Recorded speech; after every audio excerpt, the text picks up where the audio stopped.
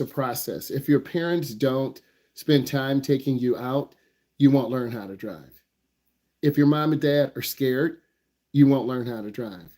And then maybe your uncle will drive you, or your mom when she has time, or your dad. But if you don't get your hours in 3 months, you won't be in segment two. In 3 months from your last day of class, you should be enrolled in your segment two. You should have 30 hours of driving in 3 months. For many of you, that's going to be really hard. Maybe your mom and dad work a lot of hours and they don't have time. Maybe your uncle has time. Maybe your auntie has time. Maybe your grandmother who's retired has time. Every each one of your family situations is different. So I'm not living with you. I don't know what's going on. Example, I'm a driver's ed instructor, so I'm doing a lot of driver's ed. My son's taking driver's ed. He's got a tight football schedule, college athlete, before he went to college, high school. We drove. Daughter, dad, don't forget about your daughter. Dad, I need driving time. Dad. So my daughter stayed on me. So we practice. So again, you got to make time for your parents. They work. They're not always home. They're exhausted when they come home. They're not going to drive at 5:30 or 6 o'clock. They're tired. They got to make dinner. You don't make dinner. You don't do your homework. You don't clean your room. So, but yet you want to drive. So you got to start being an adult. And that's what I like about driver's education. It forces you to be an adult. And some of you will do what you need to do, and some of you won't. Okay. Some of you have cars waiting for you, but you got to take care of your car. You got to change your oil. You got to know how to change the flat. You got to put gas in. So all those little responsibilities will come to you. And before you know it, you're a senior. And before you know it, you're a junior in college. And before you know it, you have a 4-year degree, but you're still living at home and you don't really know how to drive and you're trying to move out, but you don't have a job and you're 24 still at home at your parents' house. So some of you will have that situation, and some of you, as soon as you get a good job, are moving out, and then you'll never ever come back home. So everyone's got a different situation. I'm gonna go ahead and read some of your questions, and I'm gonna give you a good perspective, and we're gonna keep it moving. What drive do we get on an expressway? You usually drive 4. Everyone's a little bit different. Everyone is important. It's important that you have to feel comfortable driving on the expressway. Driving on the expressway is easier than driving on the main roads. Why? Traffic moves in one direction. You have a ramp to get on, a ramp to get off. There's no crosswalks. There are no pedestrians. We already answered that. What drive do we go on the expressway? Drive 4. What is the scariest thing about driving the first time? It's you. You're nervous. You freak out. You don't listen. You panic. You hit the gas instead of the brake. You hit the brake instead of the gas. Your foot gets stuck between the brake and gas. You look down the speedometer. You don't look at the road. You overreact. A car swerves in your lane. So I've learned over the years, you tell students the truth. You're honest with them, and most of the time they do okay. Yes, everyone has anxiety. Yes, everyone's nervous. Yes, your hands will sweat. You wipe them off on your pants and you keep moving. Yes, your friends in the back will look at you. They'll laugh at you. They'll be scared of you. And yes, your friends will say, I can't drive with her anymore. I can't drive with him anymore. Your friends are harsher than I am because they're your peers. So you have a responsibility when you drive with your peers to make sure you're safe. The scariest thing is driving at night. A lot of beginners are overwhelmed at night. None of you will have a night drive with me. You'll be driving with your mom or dad. None of you will have a snow drive with me. None of you will have a rain drive with me. But those drives are coming and they will come, and you will have to get out in the rain. You will have to get out in the snow. We live in the Midwest. Rain and snow are a part of it. So you got to get prepared for that. All the questions on the test are multiple choice. So we always prepare for the test, quizzes, Kahoots, practice. If you fail the test, it's because you have a reading problem or you don't do the work. 99.9% of my students do very well. They miss less than 10 questions. This is why I push you so hard in the quizzes. And this is why I like the quizzes over Kahoots, because I can see which questions you got wrong, what questions you got right, what questions don't you understand. How do you feel about this many kids on the road? I don't understand that. There are always kids on the road. Kid is a relative term. A 19-year-old could be a kid. A 21-year-old could be a kid. Explain your question. Go in deeper. You can talk, but some people like to hide behind the keyboard. I kind of meant like, how do you feel about like all the kids with like the new permit, like they're brand new being on the road? I feel great because if I teach them, I know they're going to be prepared. I know they're going to be good drivers. I don't feel great when other instructors teach them who cut corners. I feel great when I meet your parents and I talk to them and I get a chance to know them. I don't feel great when I don't meet your parents. I don't feel great when I don't see your parents. I don't feel great when I don't communicate with your parents. This means you have something to hide or your mom and dad are ashamed of you. I always speak truth because it's about taking care of the community. You're young drivers. You are more at risk than I am. So I like to meet your parents. I want to know your DNA. I want to know who's going to drive you. Okay. If your mom and dad are too busy to even talk to me, then they're too busy to drive you. So I like to keep it real. I always speak to the parents. How can you make sure the vehicle I purchase is going to be a good investment? Doesn't depreciate like crazy. There's no promises on anything. Let's look at the Cybertruck. Less than a year ago, it cost $100,000. Now, a used Cybertruck is $60,000. All vehicles depreciate. I can buy a new Corvette that costs $88,000. What's up? I can buy a new Corvette that costs $88,000. As soon as I drive it off the lot, it's about $84,000. You'll learn this in your economics class. All vehicles depreciate. So it's better for you to buy a used vehicle. What is the longest you have had one drive? The longest drive, all drives are an hour. State law requires you just drive an hour, but if we have 3 in a car, we drive for 3 hours. I have worked in terms of the sessions. Usually I do 6-hour sessions, 4-hour sessions, 8-hour sessions. If I really want to step up, it just depends on what you want to do. I think snow and ice and rain make the situation. William, you need to go ahead and put your name, birthday into the chat. If you're here for makeup, we started at 6:30 or 6:45. Just letting you know, okay? The session is recorded. Just letting you know. So at the end of the day, I like to rest every 4 hours. It's good for me. It's good for you. I'm not chasing money anymore. I love making money, but also my mental health is more important. So if I want to work a 12-hour session, I work 4 hours, or I work 3 hours, take a break, work another 3 hours, take a break. So in the summer, I work a lot of hours. In the fall, it drops down. Okay. You guys have sports, you have other responsibilities. In the summer, it really picks back up. Do we still practice driving in different weather conditions on our drives? So look, if the weather's really bad, obviously we'll reschedule. If there's an ice storm, heavy rainstorm, heavy snowfall, we'll reschedule. The state is very understanding about that. This is why we have 6 weeks to get you done. The state is understanding. We're not going to put you in danger or me in danger to try to get you done. I will never put that pressure on a student driver. Occasionally, there's been fog, heavy rain, heavy snowfall.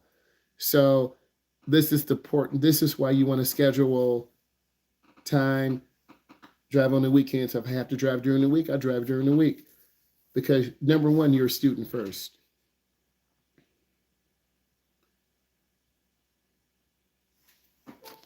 I thought those questions were good.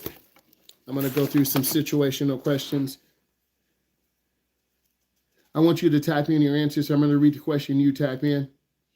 And I want you to type in, how do I pass my driving test on the first try? Please go ahead and type in the answer. All of you do this. How do you pass your driving test the first try? What do you do? What's the process? Type in your answer.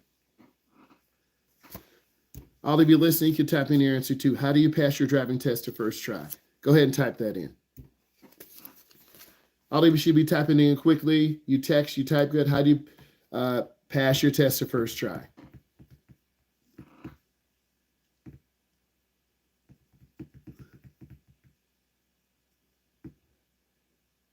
How do you pass your test to first try? You practice regularly. You stay calm. You focus on the road. You know the test route if possible. Many of you won't know the test route. You review the common test points like parallel parking, signaling, and lane changing. Your parents should be taking you out, familiarizing yourself with the rules of the road.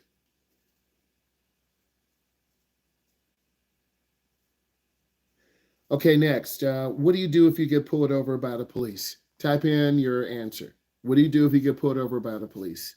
Everyone, go ahead and type that in.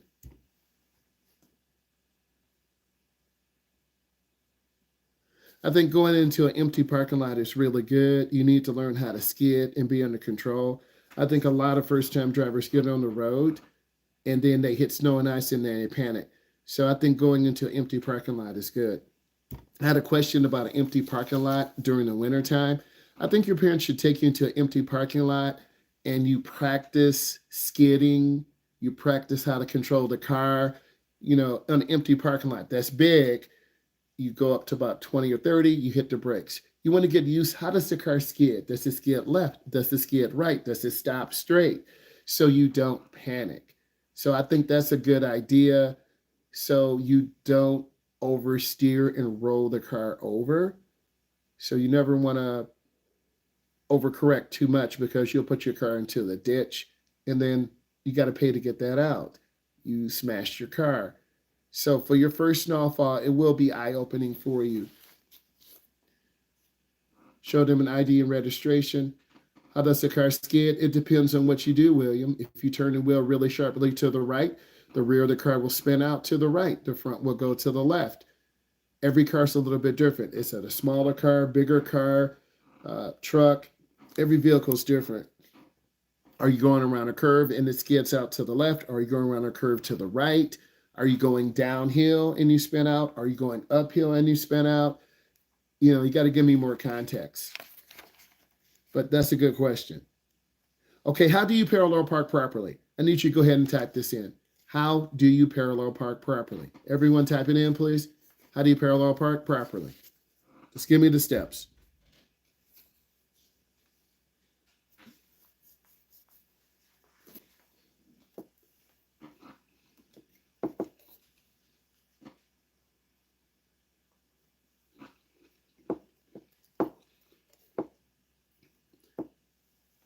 Yes, William. How do you parallel park properly? What are the steps? Okay. There's a certain way you have to I'm parallel park. typing it in. Type it in. I need everyone to type it in. Now, in terms of being pulled over by the police, you want to pull over to the side of the road, get all the way off the road, far off. You want to turn on your inside interior light. You want to put your hands on top of the dashboard. Remain motionless, undo your seatbelt, roll down your window. Let the officer feel comfortable because this is a very stressful, intense situation. The officer doesn't know you, you don't know the officer, your heart's going to be pounding. You don't want to make any sudden moves. So what should you do if you pull it over? Stay calm, pull over safely, keep your hands visible.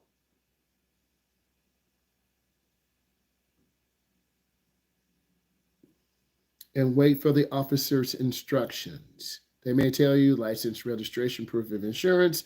This means your proof of insurance or registration should be in the glove compartment or console. This means you'll be moving to your right to go open the glove compartment, or the console is in the middle. So the officer's watching you. They're giving you commands. If they tell you stop, you stop.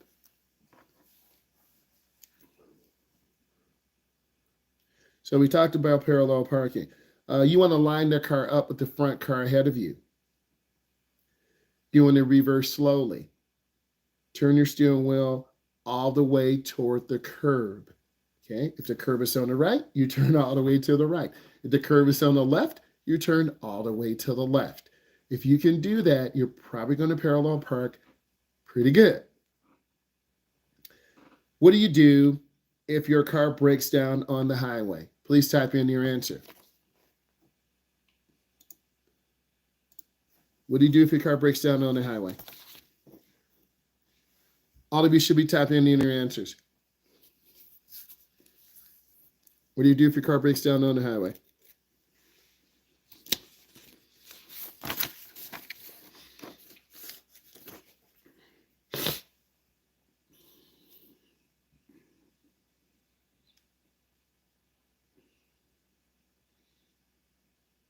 Remember, I want to keep going. So, you should be able to type this in 15 seconds, 20 seconds. Okay. So, what do you do if your car breaks down on the highway? Well, first, you want to turn on your hazard lights. This alerts other drivers, hey, my car has broken down. Your hazard lights are your brake light flashers and then your front flashers. Okay. This brings attention that my car is broken down. It's not a good mechanical condition. Then you want to pull over safely and call for roadside assistance. This assistance could be AAA. This assistance could be State Farm. This assistance could be your mom, your dad. You have to have someone who is your go-to person. All people don't have AAA. AAA is a national organization. You pay a certain amount every month. You get free towing up to 50 miles. After 50 miles, you have to pay. But you might have to wait 3 hours, 4 hours, 5 hours, 10 hours. It's not always like, I'm going to call AAA and they're going to come get me. It doesn't work like that. But that is nice to have. But you may only use it one time in 3 years. So you pay $100. Well, it's this peace of mind. So you got to be prepared for those roadside situations. So if your car breaks down, we talked about this, pull over to the right, pull over safely, call for roadside assistance, stay in there. Sometimes staying in your car is safer than walking or trying to fix your car because you could get hit. Okay? My cars. How do you overcome driving anxiety? Please type that in. That's a big one. How do you overcome driving anxiety? Type it in for me.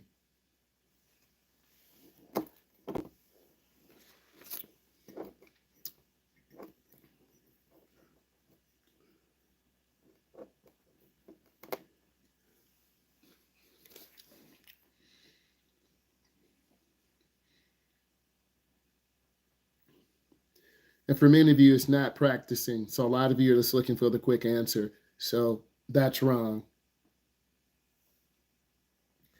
Okay, how do you overcome driving anxiety? The answer is start small. This could be first getting your keys, opening the door, sitting in the car, then getting back out of the car, going back in the house. We don't know what emotional trauma you've been in. Some of you have been in a lot of traumatic experiences. Then next you get the keys, you get into the car, you put on your seatbelt. Some of you don't put on your seatbelt. You put on your seatbelt and you start the car. Then you take the keys out, shut the car down, you go back into the house. Everyone is different. You start small. You take short drives. This could be you getting into the car, starting it up, maybe backing out of the driveway, pulling onto the street, pulling back into the driveway, shutting it off, going back into the house. Everyone is at a different level of trauma and anxiety. Everyone is different. The next, this could be driving in a familiar area. You get your keys, you get into the car, you lock the door, put on the seatbelt, you start it up. You wait a few minutes. You drive around the block. You come back home, pull in the driveway, shut it down, lock the door, go into the house. Next, this would be practicing relaxation techniques. If you're hyperventilating when you're in the car, got to calm down. Short breaths, gradual exposure.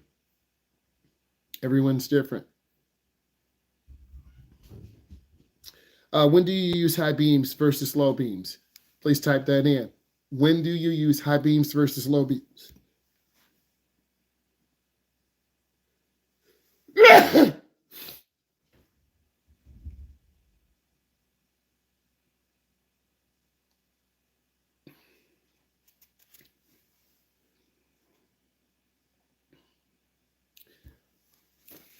Okay, you should have put your answer in. You use your low beams for general driving. Use your high beams when it's very dark outside. You do not use your high beams when it's fog because those fog particles will reflect the light back into your face. You don't use high beam headlights if a car is 500 feet. Another car within your distance is within 500 feet.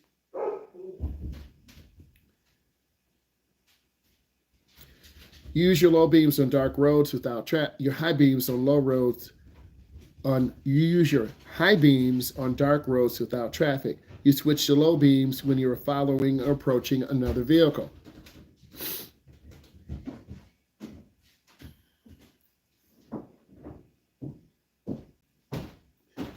How do you safely make a lane change? Please type this in. This is a great review for all of you. How do you make a lane change? How do you safely make a lane change? Please type that in.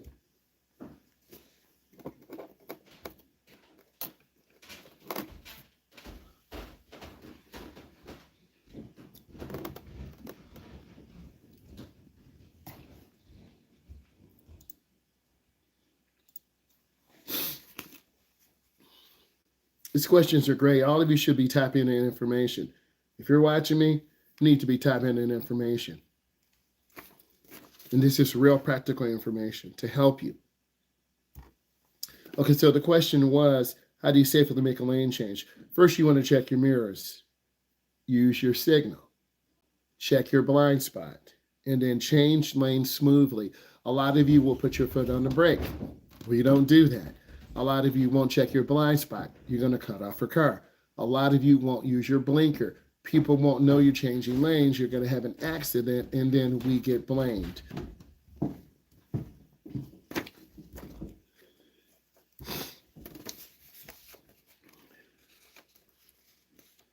What is defensive driving and why is it important? Please type it in. What is defensive driving and why is it important? Please go ahead and type it in.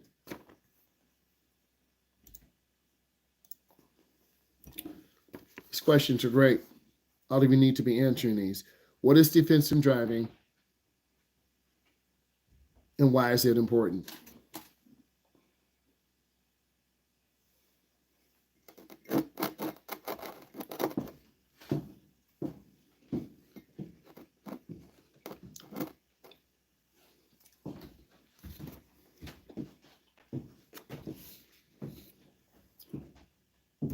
Okay, let's keep this thing going.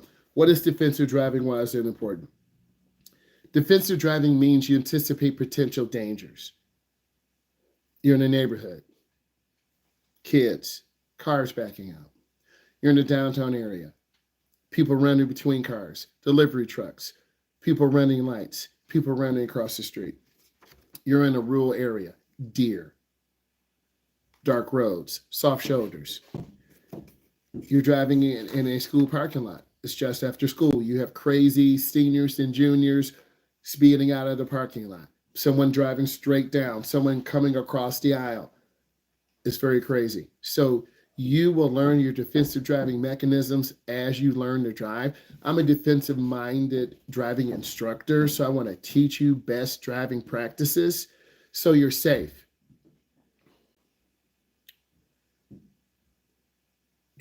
Sudden weather, anticipate distracted drivers.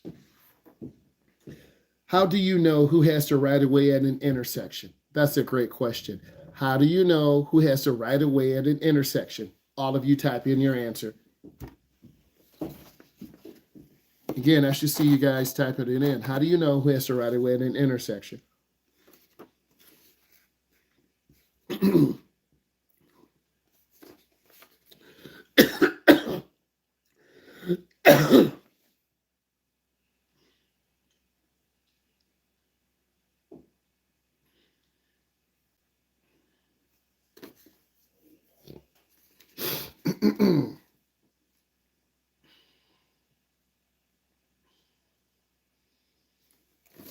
Okay, let's keep going. How do you know who has the right of way at intersections? You yield to vehicles on your right. So somebody say whoever gets there first. That's part of the answer. So that tells me you don't thoroughly understand. So again, you yield to vehicles on your right who come there at the same time. Otherwise, you follow traffic lights and signs. What does a blinking red or yellow light mean? Please type in your answer. What does a blinking red or yellow light mean? Please type in your answer.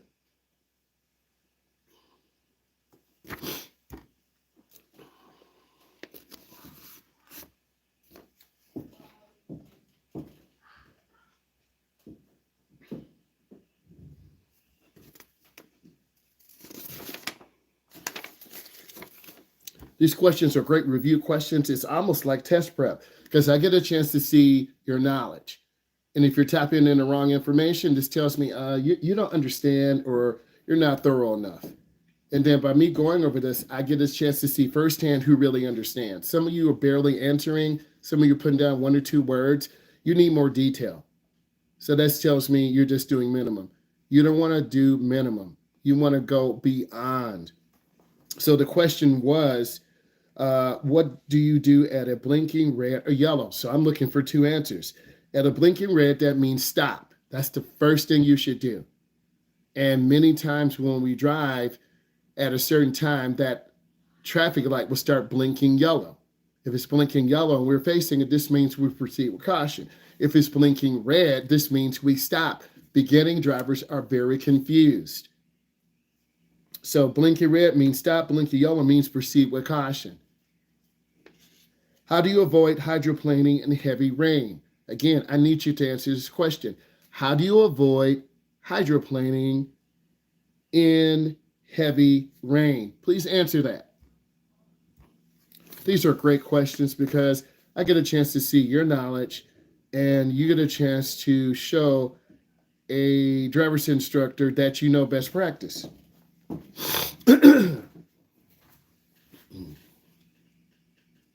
And this, this is your driver's ed class, point of view. You're learning a lot. So you should be putting questions in.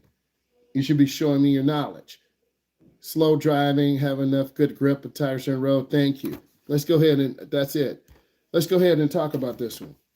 So the question was, how do you avoid hydroplaning? The question is avoid hydroplaning. If you don't know what hydroplaning is and you don't know what avoid is, you're like, I don't know. Answer, slow down to avoid hard braking. If you're driving in the rain or slushy conditions, slow down. If you're driving fast, you're going to crash. Make sure your tires are in good condition. So if you have good tires, it's going to push the water out and you have grip. If your tires are worn down, you don't have a big contact patch. It's called coefficient of traction. You will spin.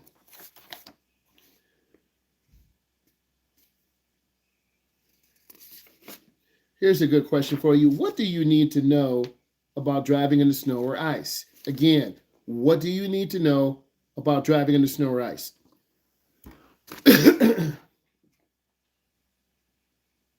Flashing green means control by pedestrian. This is true.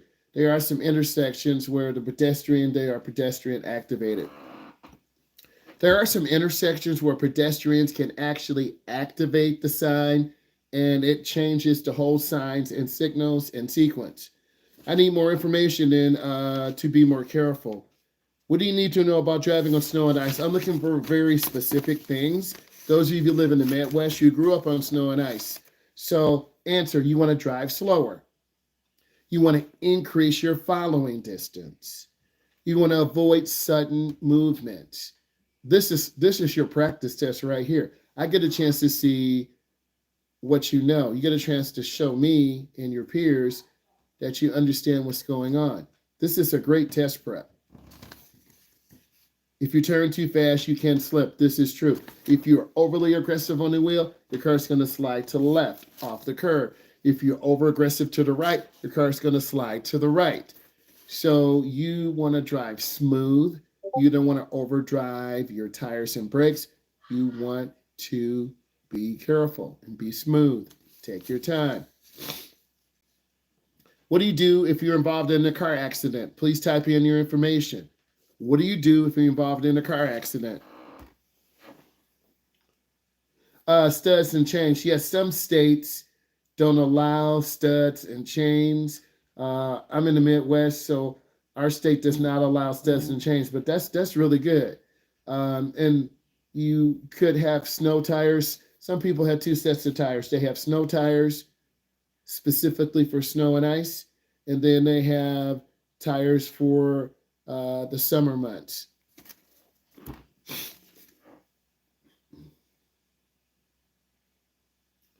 So if you're involved in an accident, first you want to check on the injured. That's the first thing you want to do. Check on the injured. Next, move over safely if possible. You don't want to get hit by other cars. Next, call 911 and then exchange information. People will lie. Oh, they hit me first. Grandma, you know you hit me. Grandpa, you know you ran a light and I was just there. You rear-ended me. No, I didn't. You need to take some pictures on your phone, take a picture of the damage to your vehicle, their vehicle, get their license, get their proof of insurance and registration. Don't admit fault.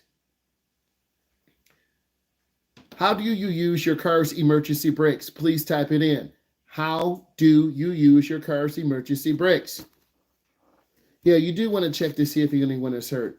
Okay, that's the first thing. You want to call emergency services if needed.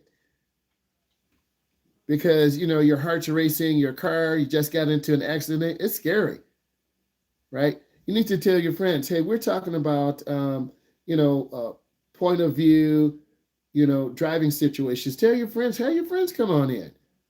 Check to see if anyone is hurt and call emergency services. Tell your friends, man. Get all your friends in here. Come on, let's get more people in. Okay, so how do you use your car's emergency brakes? You want to engage the parking brake when your car's on a hill. Okay, if you're parking downhill, you turn your wheels all the way to the right. So if the car slips out of gear, the car goes to the right, hits the curb. If you're parking uphill, you turn your wheels all the way to the left. You pull up your park brake. If the car slips out of gear, it will roll backwards, counterclockwise.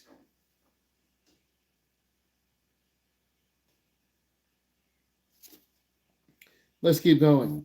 How often should you check your tire pressure? How often should you check your tire pressure? Please type in your answer.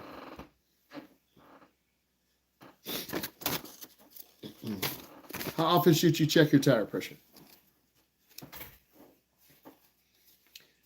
If you're enjoying this live, give it a thumbs up. If you're enjoying this live, give it a thumbs up. We're going through information, right? We're making sure you guys are prepared. You ladies are prepared. If you join this live, give it a thumbs up. Come on now. Okay. So the question is, how often do you check your tire pressure? At least once a month before long trips. Okay. Thank you. Long trips. Your tires will heat up. You want to check your tires in the morning before you get onto the road with a proper air pressure gauge. You want to look at the manufacturer's recommendations on the tire. You also want to look at the manufacturer's recommendations inside the side of the door. You might have manufacturer's tire recommendations. Every tire manufacturer is slightly different. Excuse me. What do all the dashboard warning lights mean? Again, what do all the dashboard warning lights mean? Please tell me. Give me an example. Show me you understand.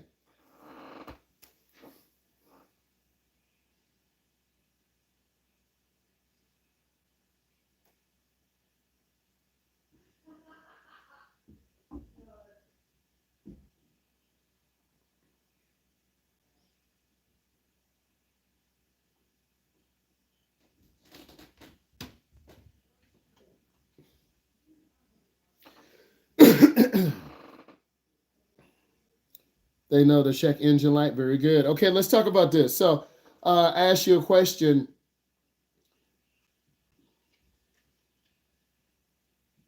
What do all the dashboard warning lights mean? First, you want to check the service manual. It could be something very, very serious. But common lights include oil pressure, tire pressure, and engine warning lights. It could be something as easy as your gas cap is not tight. Maybe your tire pressure indicator is not bad. You hit a huge pothole, you knock the sensor off.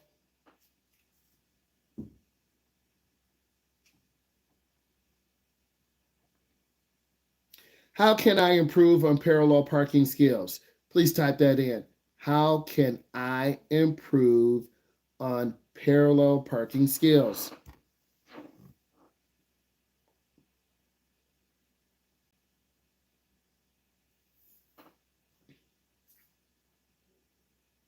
That's right. You got to practice. No one's going to do it except for you. If you don't practice, then when you go into that downtown area to see a sporting event, an entertainment event, if you can't parallel park, then you're going to have to pay for parking. And sometimes that's $50, $80, $100. Okay, so the question is, how can I improve on parallel parking? You got to practice regularly in an empty parking lot. One day you're going to head to a downtown Detroit, Michigan, downtown Houston, Texas, downtown Chicago, Illinois, uh, downtown Buffalo, New York. You're going to be driving downtown um, Toronto, right? You're going to go on the 401. You got to know how to parallel park. You might go over to Windsor. Okay, you're going to travel. You have to know how to parallel park. It's an essential skill. How do you handle a tailgater? Again, how do you handle a tailgater? Please type in your answer. How do you handle a tailgater?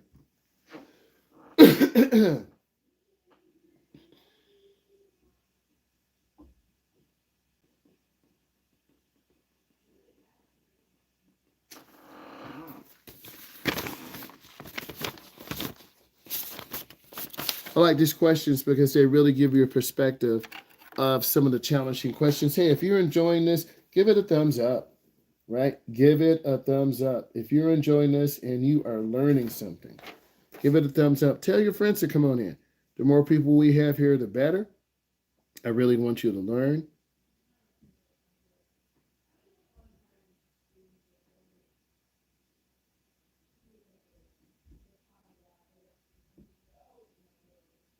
Again, the question is, how do you handle a tailgater? I'm just handling attendance.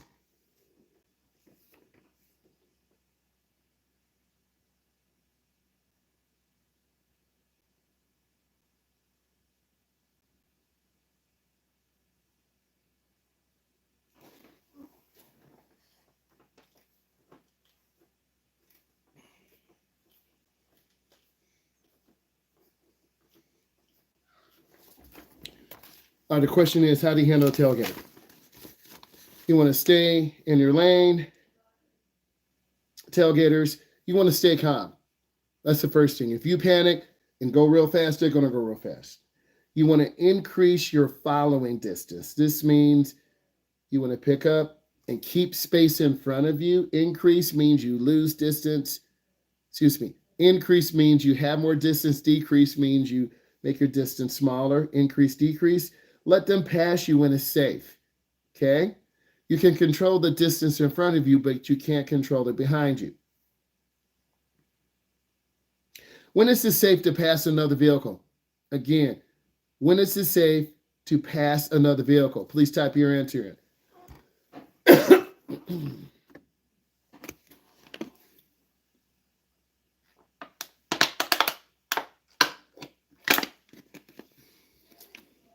When is it safe to pass another vehicle? Put your answers in. When is it safe to pass another vehicle? All right, let's keep this going. When is it safe to pass another vehicle? When you have clear view of oncoming traffic and it's legal to do so. If you have a solid double yellow line, you cannot. If you have a broken yellow line, but it's not safe, you cannot. If there's not enough room on a curve or a hill, it's not safe. You cannot. How do I know if I'm driving too fast or too slow? Again, how do I know if I'm driving too fast or too slow? Take a moment, answer that. Only when it's safe from oncoming vehicles? Yes. I like the questions you guys are answering. Let's keep it up. Hey, I need another thumbs up. If I'm bringing you value, give us another thumbs up, please and thank you. Again, if you're getting value from this, give it a thumbs up. Okay, let's keep this moving. How do I know if I'm driving too slow or fast? You have to match the flow of the traffic. Usually, beginning drivers drive too slow. And a lot of beginners stare at the speedometer. If you stare at the speedometer, you're not looking at the road, you're going to be all over the road. Match the flow of the traffic. Most drivers are driving at about the speed limit, maybe some one or two over, maybe some two or three below, but match the flow of the traffic and stay within posted speed limits. I just talked about that. How do I read road signs correctly? Again, how do you read road signs correctly?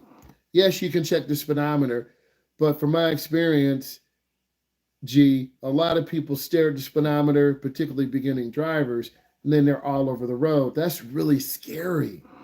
So you got to learn how to match that speed. Okay. If you don't mind, if you guys don't mind telling me how old are you? Are you teens, 20s, 30s, 40s? How old are you? So I know the audience that I'm talking to. Please put in your age. Okay, let's keep it going. So how do I read signs? How do I read road signs correctly? First, you got to pay attention to their color and symbol. Memorizing, that's okay, but you got to know what the color is. Warnings are always yellow and black. Guide signs are green and white or blue and white. Recreation are brown and white. Okay, next, red means stop. We all know this. Yellow is a warning. Green is a guide, like a hospital sign. You should be able to tell me all of you type in the color of the hospital sign and shape.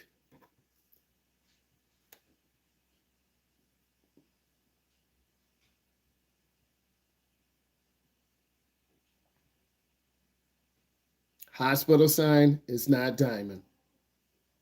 It's not diamond. A hospital sign is blue. It's a blue background with the white H. Okay.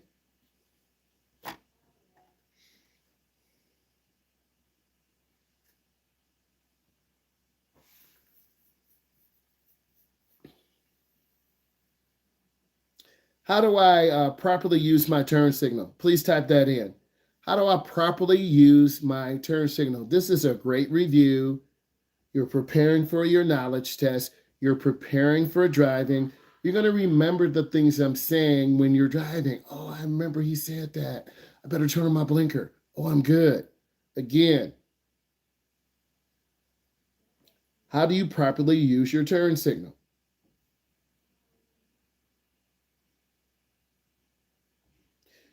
You want to signal about 100 feet or half a block before you need to turn or change lanes. This way, you're letting other people behind you know what you're doing. They have a chance to change a lane or slow down. You got to give people time to react.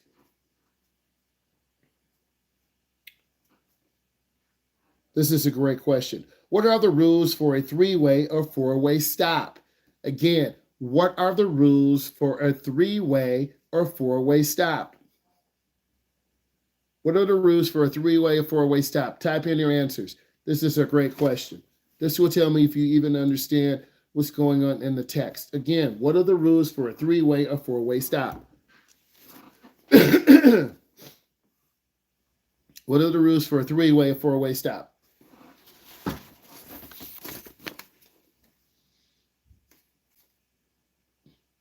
Guys, keep typing. Keep your information coming in. This is class. We grind. We put in work. Tell your friends, come on, join.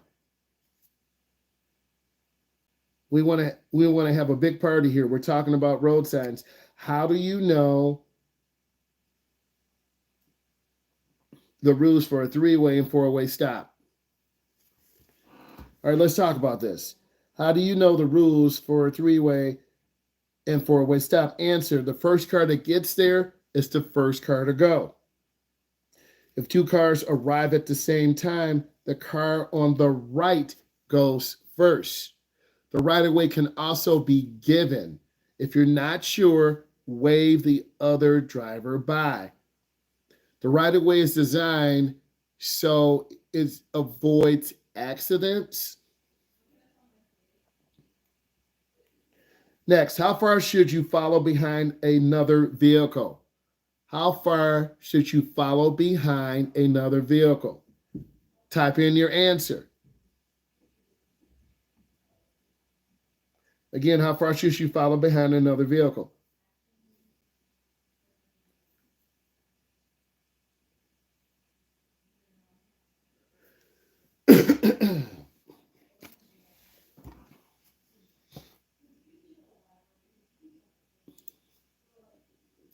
This is a great learning session we got going on right now. I really appreciate all of you taking the time to learn. And that's what it's about when you learn new information. You have an instructor who can engage and make sure you understand this information. And this is what it takes to really become a good driver. You got to grind, you got to review, and you have to understand what's going on.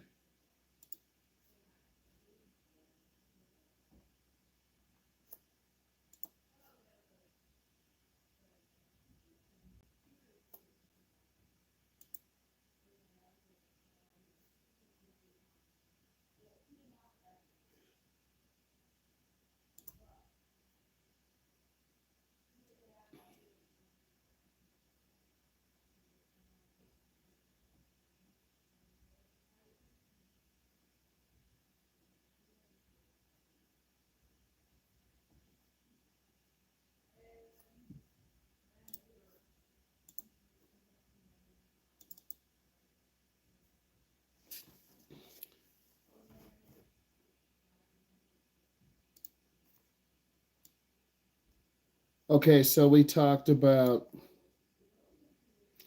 how far should you follow behind another vehicle. You want to maintain at least a 3-second following distance in bad weather. It needs to be more. It's a car length for every 10 miles an hour. So if you're going 40, it should be 4 car lengths. If you're going 50, it should be 5 car lengths. Minimum following distance is about 3 seconds. Next, what is the purpose of the left-hand lane on the highway? Again, what is the purpose of the left-hand lane on the highway? A very good question.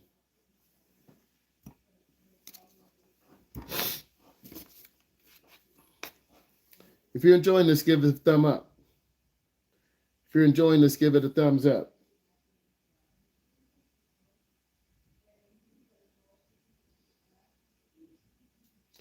Next.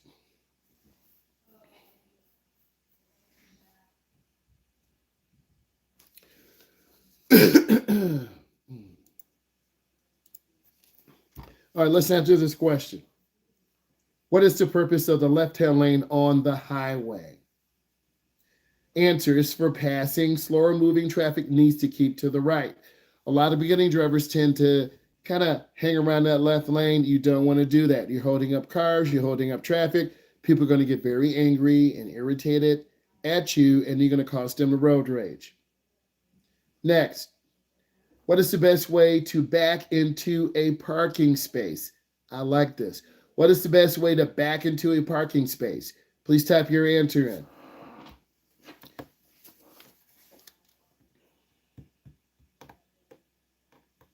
Again, what is the best way to back into a parking space?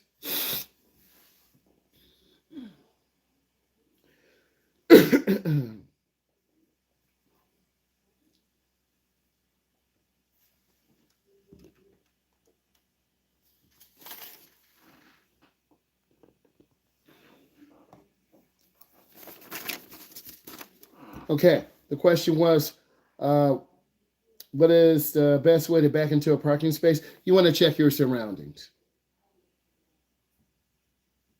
You want to use your mirrors and then back in slowly. Also, you should be looking over your shoulder. You can't trust a backup camera. Next, when should you use cruise control? Please type it in. When should you use cruise control? Please type that in.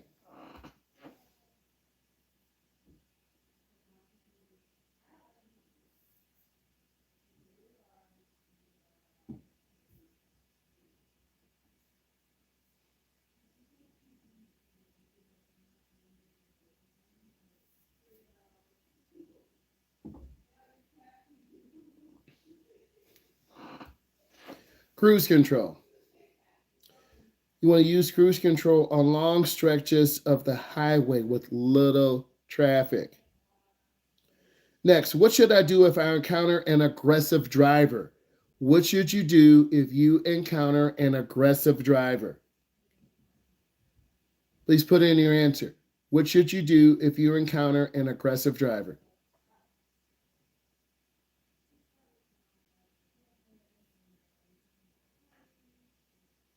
Again, these are great test questions.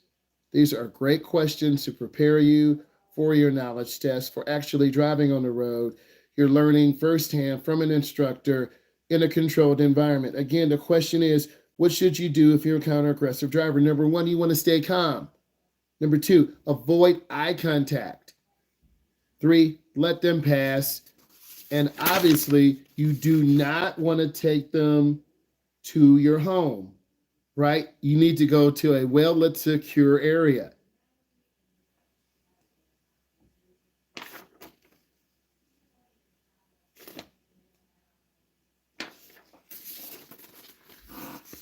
Next, how do you safely drive in rural areas?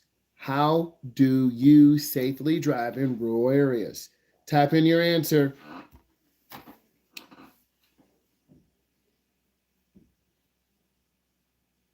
Urban is the city, if you don't know. Rural is the opposite of urban.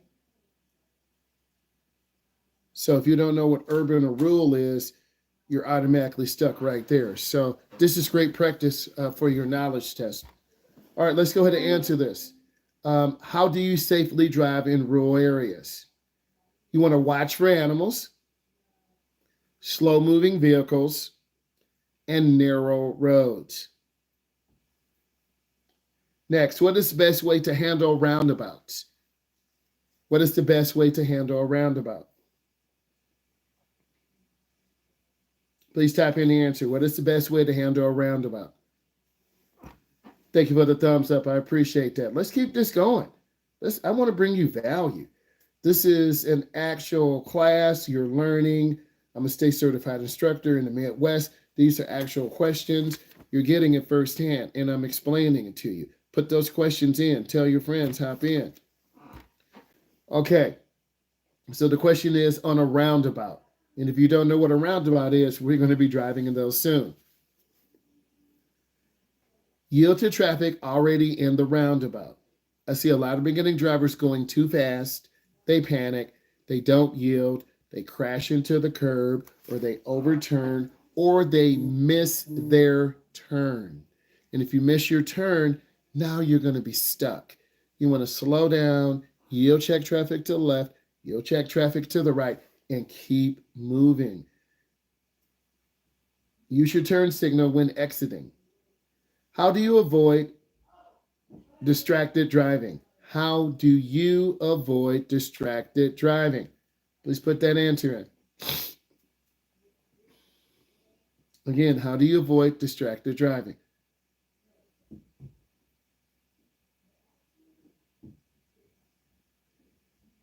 We got about 10 more questions left. How do you avoid distracted driving?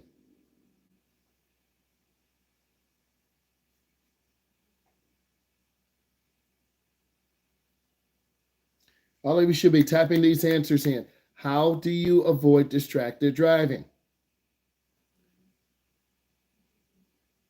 Let's talk about this. You want to limit your phone use.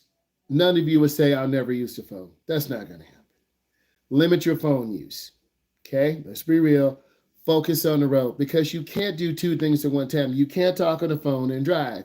You can't do three things. You can't eat, talk on the phone, and drive. That's three. So limit the use of your phone. Focus on the road. Avoid eating and multitasking.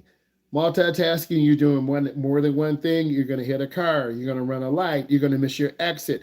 You're going to go the wrong way. Trust me, it's happened.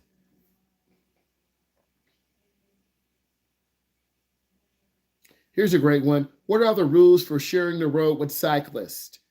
What are the rules for sharing the road with cyclists? What are the rules for sharing roads with cyclists? I know some of you live in different areas besides the Midwest, and it might be different from one I have, and that's fine, but at least put your information in.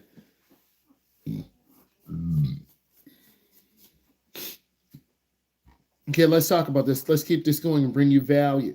You want to give them at least 3 feet. Give them at least 3 feet. And cyclists have a responsibility too. They need to have the proper helmet on. They need to have a blinking red light and a white light. They need to have the proper reflectors. But you see a lot of people on those e-bikes. And when we were driving this weekend, we saw a person on an e-bike. Those things go 30, 35, 40 miles an hour. And in some places, they are not allowed in national parks because they're just like motorcycles, except they're e-bikes. They have a lot of torque. People mod their e-bikes and they go really fast.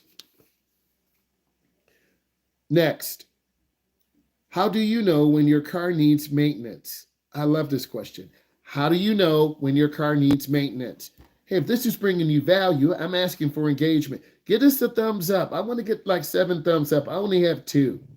Give this a thumbs up. If you're learning new information, give it a thumbs up. I'm asking for engagement. I only have 2 thumbs up. I'm looking for 7, 8, 9, 10. Okay, we're talking about maintenance for your car. You want to check your manual for regular service intervals. Every 3,000 miles, oil change.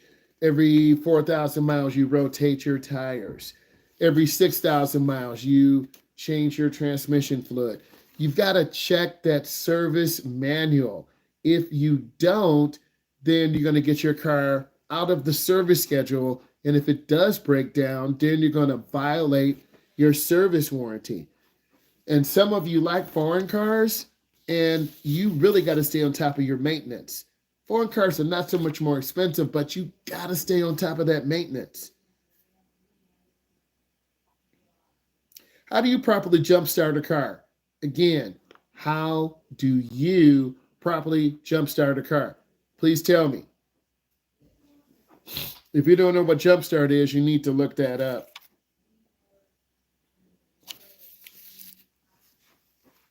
I like this because these are real life questions. They're giving you great information. And you need good information to prepare you.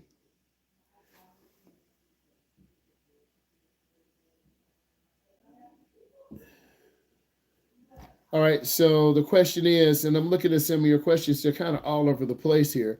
So I'm looking for a correct answer. And how do you properly jumpstart a car? Remember, first, cars have sensitive electronics.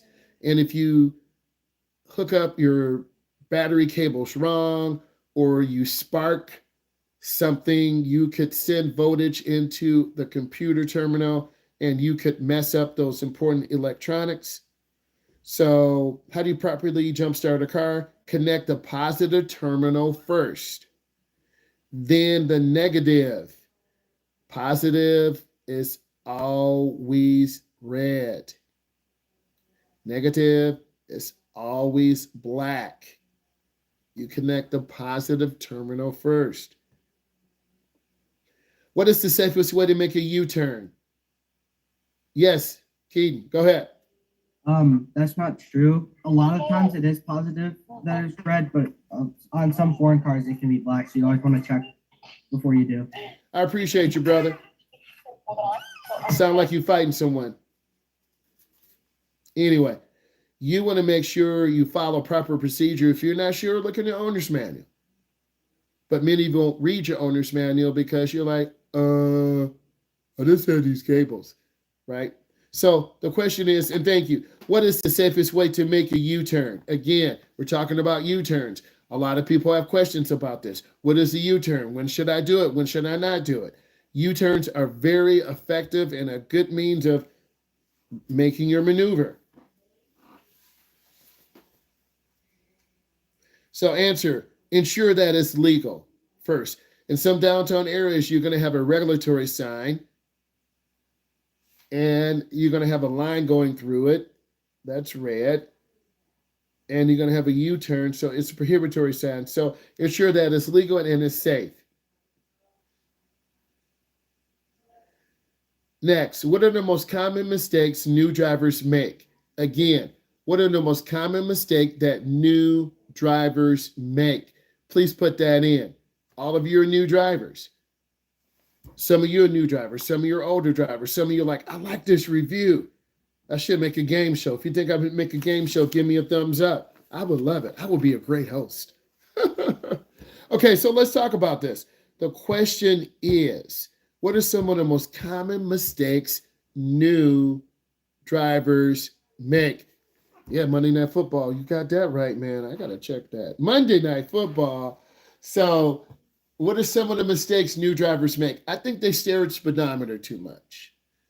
I think they go too slow or too fast for the conditions on the road. I think they drive maybe without their seatbelt.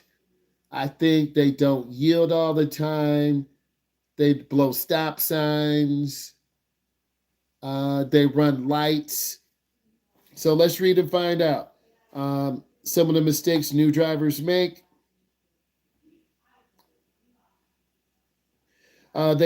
They speed. They're not checking their blind spots. They're overconfident. Thank you for the thumbs up. I appreciate you. They're overconfident. A lot of beginning drivers are overconfident. And when you're overconfident, you're going to end up speeding, crashing, taking a lot of unnecessary risk. And you don't want to do that when you're a new driver because you can end up hurting someone or killing yourself.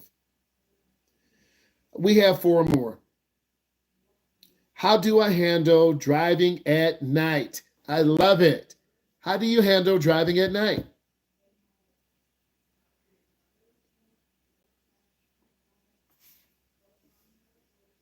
Please identify that. How do you handle driving at night? Simple answer. You shouldn't have to look it up. How do you handle driving at night?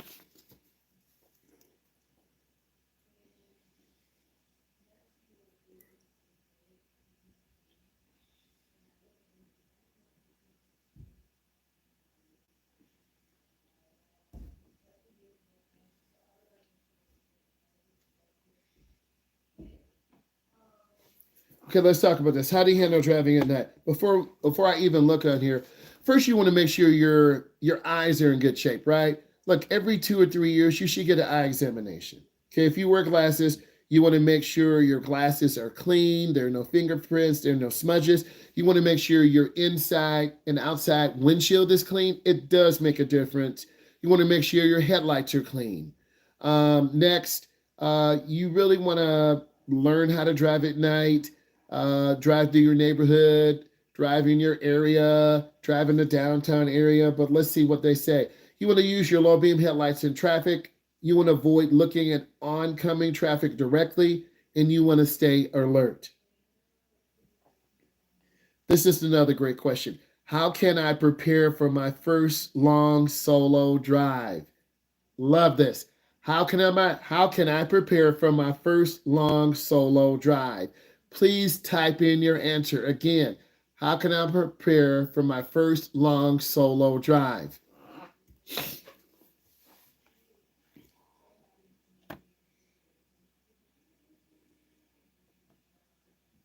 These are such pure questions because they prepare you for driving. And that's what I want to do. I want to prepare you for driving and really get all of you ready. And I take it personal. If I take the time to go live and really you take the time to listen, I want to give you good value. And I want to make sure you're prepared. And by you guys putting in questions and comments, this tells me you're really engaging. So let's talk about this. How can I prepare for my first long solo drive? Number one, I want to make sure I'm rested, right? If I got to drive like to Kansas, to Kentucky, to Texas, over 21 hours away, well, I'm going to plan my route. You guys don't read maps, so you can forget that. You don't read maps. You're going to use your phone. But first, you got to have your phone charger because if you use your phone for your GPS, it's going to be drained in about 2 hours and then you're going to be lost. So, the first thing I would do if I'm driving, plan your route. Take breaks every 2 hours. What do you mean take a break? Get a water break, get some food, stretch your leg. But my mom or dad drives straight through. That's your mom. That's your dad. They set it on 70 and they're driving for 10 hours. You can't do that. You're going to fall asleep. You're going to have to use the bathroom. You're going to get tired. You might be used to driving 2 hours, maybe three, maybe four. After about 4 or 5 hours, you're like, I'm getting tired. I need to rest. I got 5 more hours. I'm going to try to push it. That's when you fall asleep. That's when you drive really fast. That's when you drive really slow. This is when you start falling asleep. So you want to take breaks. You want to plan your route and stay hydrated. We have a few more left. What should I do if I miss my exit on the highway? What should I do if I miss my exit on the highway?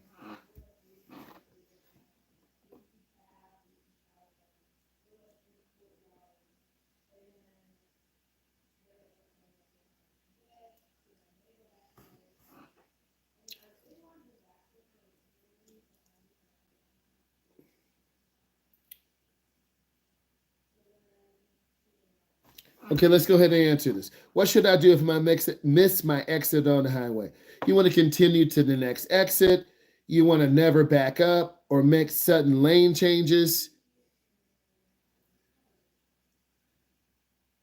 And then here we are. What are the signs of a drowsy driving and how can I avoid it? Again, what are the signs of drowsy driving and how can I avoid it? Hey guys, if this is bringing you value, give it a thumbs up. I have 3 thumbs up. I'm looking for 5. I'm looking for 7. This is an actual class. You're learning first person perspective, POV, point of view, driver's education. We're going through real life questions. This could save your life on the road. This could prepare you for safe driving. And I didn't have anyone to read all this stuff to me to take me. I had to learn it on my own, right? And sometimes you learn it on your own, you learn misinformation.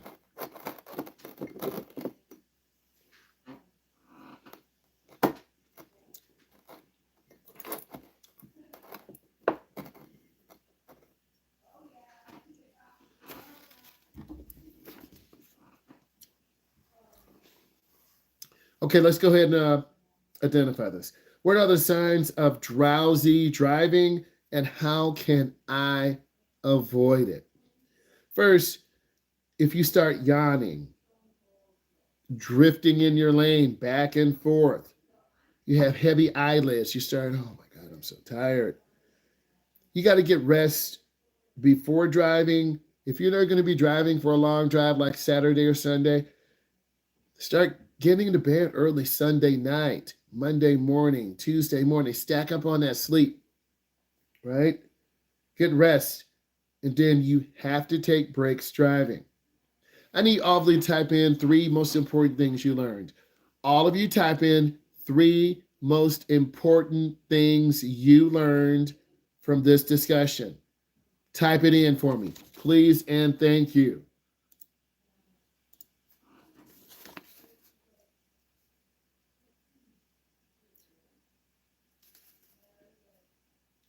Guys, this is really fun for me. Come on, type in 3 things you learned, 3 most important things. 3. Take a look back at the chat, read through it.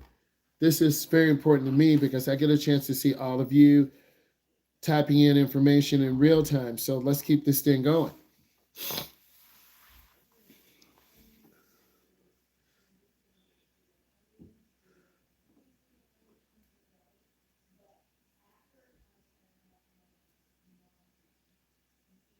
No phones, not a lot of people. Check the speedometer.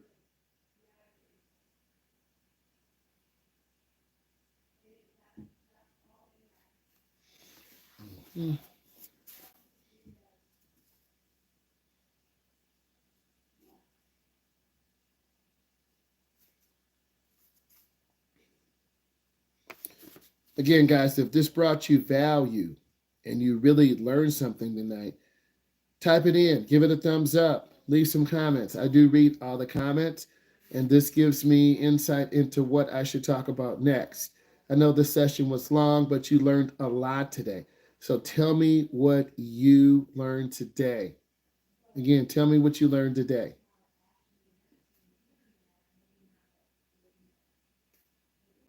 And if you enjoyed this, type in yes.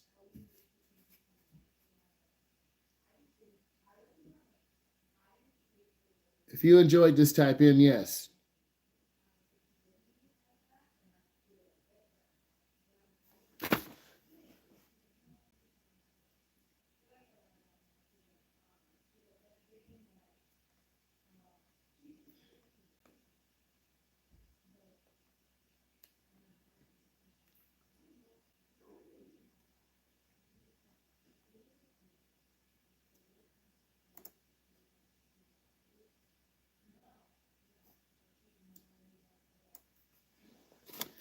Again, what did you learn today? And if you enjoyed this, type in yes for me. Guys and ladies, I want to say thank you. Look at all my videos.